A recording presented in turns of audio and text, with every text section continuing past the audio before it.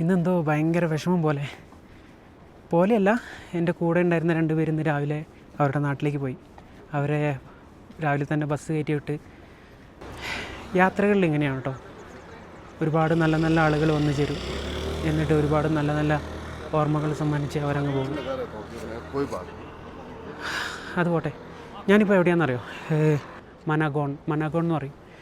അപ്പം അവിടുത്തെ കാഴ്ചകളിലേക്കാട്ടെന്ന് ഞാൻ പോകുന്നത്. ഇത് ചെറിയൊരു ഗുഹയാണ് കേട്ടോ, ഗണേഷ് ഗുഹ. അതായത് ഗണേഷ് ഭഗവാന് സമർപ്പിച്ചിരിക്കുന്ന ഒരു ചെറിയ ക്ഷേത്രമായി ഉപയോഗിക്കുന്ന ഒരു പ്രകൃതിദത്ത ഗുഹ. വ്യാസമഹർഷി പറഞ്ഞു കൊടുക്കുകയും ഗണപതി ഭഗവാൻ മഹാഭാരതം എഴുതുകയും ചെയ്ത സ്ഥലമാണിതെന്ന് വിശ്വസിക്കുന്നു. കുറച്ച് മുകളിലായി വേദവ്യാസ മഹർഷിയുടെ ഗുഹ കാണാം. വ്യാസമഹർഷി മഹാഭാരതം രചിച്ചത് ഈ ഗുഹയിലിരുന്നാണെന്നും ഗണപതി അത് എഴുതിയെടുത്തതെന്നും വിശ്വസിക്കുന്നു. അതുകൂടാതെ ഇവിടെ ഇത്തരം ഒരുപാട് ഷോപ്പുകൾ കാണാം കേട്ടോ. ഇവിടെ മാത്രമല്ല, കുറച്ച് മുകളിലേക്കും ഒരുപാട് ഷോപ്പുകൾ കാണാം. സോവനിയർ കടകൾ എന്ന് പറയാം നമുക്ക്. അതായത് അവർ തന്നെ കൈകൊണ്ട് നെയ്തുണ്ടാക്കുന്ന ഒരുപാട് ഉൽപ്പന്നങ്ങൾ, അധികവും തണുപ്പ് കാലത്ത് ഉപയോഗിക്കാൻ പറ്റുന്ന ഉൽപ്പന്നങ്ങളാണ് കേട്ടോ. അതായത് സ്വെറ്ററുകൾ, ഡ്രസ്സുകൾ, ഇങ്ങനത്തെ ഓരോ സാധനങ്ങളാണ് കേട്ടോ അവർ വിൽക്കുന്നത്. വലിയ വിലയൊന്നുമില്ല. ഒരുപാട് ആളുകൾ പല പല സാധനങ്ങൾ വാങ്ങിക്കൊണ്ട് പോകുന്നുണ്ട് കേട്ടോ. അവരുണ്ടാക്കുന്ന ഓരോ ഉൽപ്പന്നങ്ങൾക്ക് അതിൻ്റേതായ ഓരോ ഭംഗിയുമുണ്ട്. പക്ഷേ എന്നെ ഒരുപാട് ആകർഷിക്കുന്നത് ഇതൊന്നുമല്ല കേട്ടോ, ഇവിടുത്തെ പ്രകൃതി ഭംഗി എന്നെ ഇവിടെ പിടിച്ചിരുത്തുന്നത് പോലെ എനിക്ക് തോന്നുന്നത്. അവിടെ നിന്നും താഴോട്ടിറങ്ങുന്ന സമയം അവിടെ നമുക്ക് വേറൊരു അത്ഭുതം കാണാം.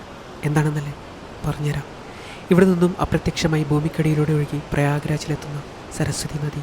എന്നാൽ കാണാൻ പറ്റുന്ന ഏകൊരു സ്ഥലവും ഉത്തരാഖണ്ഡിലെ ബദ്രിനാഥ് ക്ഷേത്രത്തിൽ നിന്നും ഏകദേശം 4 കിലോമീറ്റർ അകലെയുള്ള ചമോലി ജില്ലയിലുള്ള ഒരു ചെറിയ ഗ്രാമമാണ് കേട്ടോ ഇത്. ഇന്ത്യ ചൈന അതിർത്തിക്ക് അടുത്താണ് കേട്ടോ ഈ ഗ്രാമം സ്ഥിതി ചെയ്യുന്നത്. ഇവിടുത്തെ ഈ കാഴ്ചകളൊക്കെ നമ്മളെ ഇവിടെ പിടിച്ചിരുത്തുന്നതും അത്ര മനോഹരമാണ് കേട്ടോ. ഇവിടുത്തെ പ്രകൃതി ദൃശ്യങ്ങൾ, ഒരുപാട് മലനിരകൾ, അതിലൂടെ ഒഴുകിപ്പോകുന്നൊരു നദി, ഈ ഗ്രാമ കാഴ്ചകൾ. ബദ്രിനാഥ് ക്ഷേത്രത്തിൽ വന്നാൽ ഈ ഗ്രാമവും ഈ കാഴ്ചകളും കാണാതെ പോരുത് കേട്ടോ. അത്രയും മനോഹരമാണ് ഇവിടുത്തെ കാഴ്ചകൾ. ഇത് ഇന്ത്യയിലെ ആദ്യത്തെ ഗ്രാമമായിട്ടാണ് കേട്ടോ അറിയപ്പെടുന്നത്. പക്ഷേ ഇത് ഇന്ത്യയുടെ അവസാനത്തെ ഗ്രാമമായി അറിയപ്പെടുന്നുണ്ട്.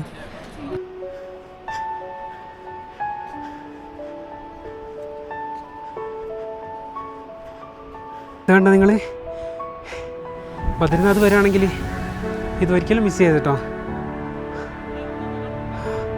ആ മലയൊക്കെ കണ്ടോ നിങ്ങൾ,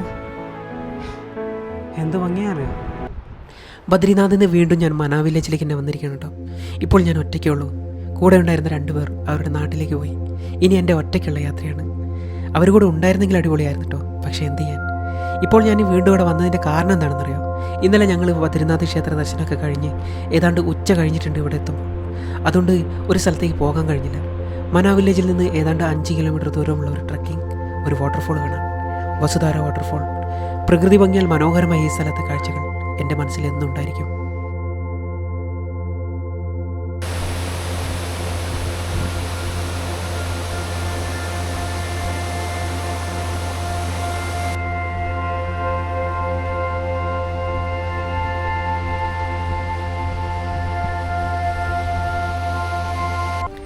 എന്തേ പേടിയാവുന്നുണ്ടത് കാണുമ്പോൾ.